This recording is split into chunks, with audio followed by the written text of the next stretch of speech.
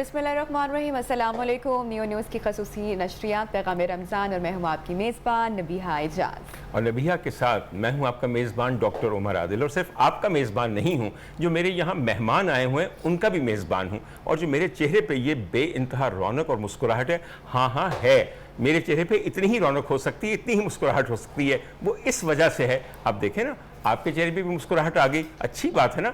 मुस्कुराहट हमेशा मुस्कुराहट को जन्म देती है, इसलिए मुस्कुराते रहा कीजिए। हाँ, तो मैं जिक्र कर रहा था कि आज मेरे चेहरे पे मुस्कुराहट इसलिए है कि बरसों से मैं कुछ लोगों का बहुत फ़ैन था और बड़े फासले से फ़ैन था। आजकल नबीहा ये हुआ है कि आप जिससे ना भी कभी मिले हों, आप उसकी मोहब्बत में गिरफ्तार हो सकते हैं। ये कितना बड़ा जुल्म है और मोहब्बत का कितना ज़्यादा फैलाव है। मगर क्या किया जाए कि टेलीविज़न एक ऐसा मौका देता है और एक ऐसा प्लेटफॉर्म देता है कि जहाँ पे ख्वाहिशें पूरी हो जाती हैं। खास तौर पे सोशल मीडिया ने भी फासले जो हैं वो कम कर दिए हैं। बेशक कम कर दिए। मैं तो यही कह रहा हूँ कि फासले इतने कम हो गए कि कई दफ़ा ख़तरनाक हद तक कम हो जाते हैं। बिल्कुल। खैर ख़वातीन हज़रात, आज मेरे यहाँ मेरे दो बहुत ही अजीज़ मेहमान और बहुत अच्छे दोस्त यहाँ पे हैं। आपको अगर मैं बताऊँ कि मेरे राइट साइड पे एक ऐसा उम्दा डायनामिक फुल ऑफ लाइफ साहब बैठे हुए हैं कि जिनको आप सिर्फ ड्रामा आर्टिस्ट के तौर पे जानते हैं, मगर मैं इनके बारे में चंद और बातें भी जानता हूँ, सारी नहीं बताऊँगा, थोड़ी सी। आगा शिराज खास तौर पे तशरीफ़ लाए हुए हैं, कराची में रहते हैं लेकिन लाहौर आए तो हमने सोचा कि इससे बेहतर मौका क्या होगा कि हम खुद भी इन्हें मिलें और आपसे भी मिलवाएं। उसके अलावा लेफ़्ट साइड पे मेरे साथ एक बहुत उम्दा इंसान बैठे हुए जिनका नाम है कमाल फरीदी साहब। कमाल भी कोइंसिडेंटली कराची से आए हुए हैं। तो कराची वालों देख लो, हम तो अपने यहाँ कराची वालों को भी मेहमान करते हैं, लेकिन तुम्हारे मेज़बानों को कभी अल्लाह ने तौफीक नहीं दी कि लाहौर से किसी को बुला लें। भाई आपने कराची वालों से शिकवा कर दिए। बिल्कुल कराची वाले भाई, मेरे इतने दोस्त कराची में कर रहे हैं ट्रांसमिशन और ये वो, मगर उन्हें कभी ये नहीं कहा कि लाहौर वालों को बुलाएं। ऐसा है, ये देखिए शिकवा हो गया प्रोग्राम के आगाज में।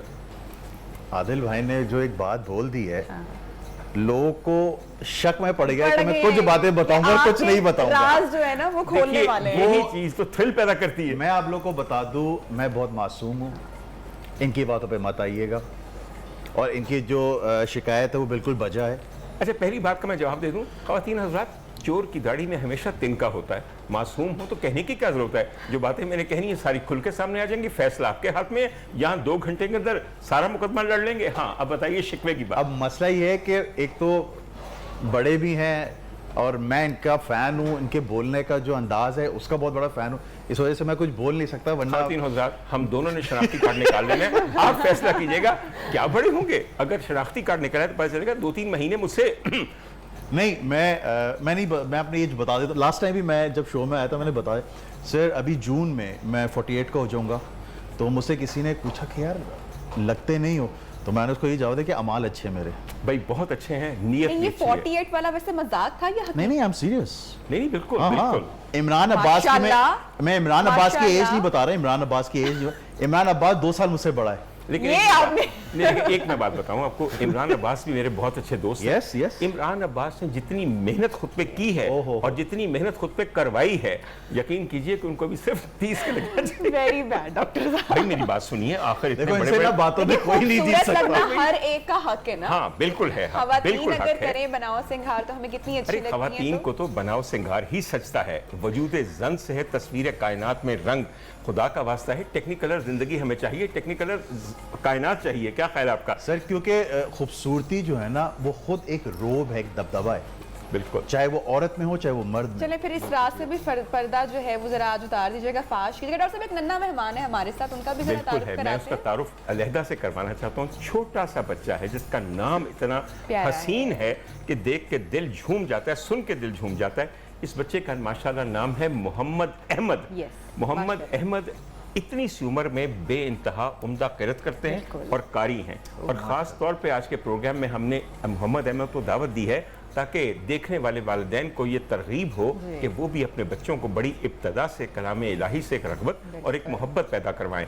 और अल्लाह करे कि अगले साल अगर अल्लाह ने मौका दिया और हम रमज़ान ट्रांसमिशन करेंगे तो हमने हर रोज़ एक 9 उम्र कारी को यहाँ बुलाना है ताकि आपको पता चले कि नस्ल दर नस्ल मेरे मौला का जिक्र और उसका कलाम जो है वो बुलंद और बाला रहेगा। आपने देखा है रमज़ान कितनी तेज़ी से जो है वो, आप देखिए पीछे कितने कम रोजे अब लग रहा है कि पीछे हमारे पास बाकी नबीहा रह गए हैं सिर्फ और रमजान तेजी से नहीं गुजरा, जिंदगी बड़ी तेजी से गुजर रही है, वक्त बड़ी तेजी से गुजर रहा है। 30 साल के नौजवान जो 48 साल के हो गए, हम जरा सोचें इससे तेज वक्त क्या होगा। ये वैसे बहुत शॉकिंग था हमारे अगले कमाल जो है, जी। कमाल का कमाल ये है कि वो एक फ्यूचरिस्टिक आदमी है। मैंने आज उनको इसलिए बुलाया, रोजाना कमाल मुझे तकरीबन 4 दर्जन फ़ोन आते हैं कि डॉक्टर साहब अपने प्रोग्राम में मेहमान बुलाएं, डॉक्टर साहब देखें मैं मॉडलिंग करता हूँ, डॉक्टर साहब देखें मैं अदाकारी करता हूँ, मैं बहुत अच्छी नात पढ़ता हूँ, मैं ये हूँ मैं वो हूँ।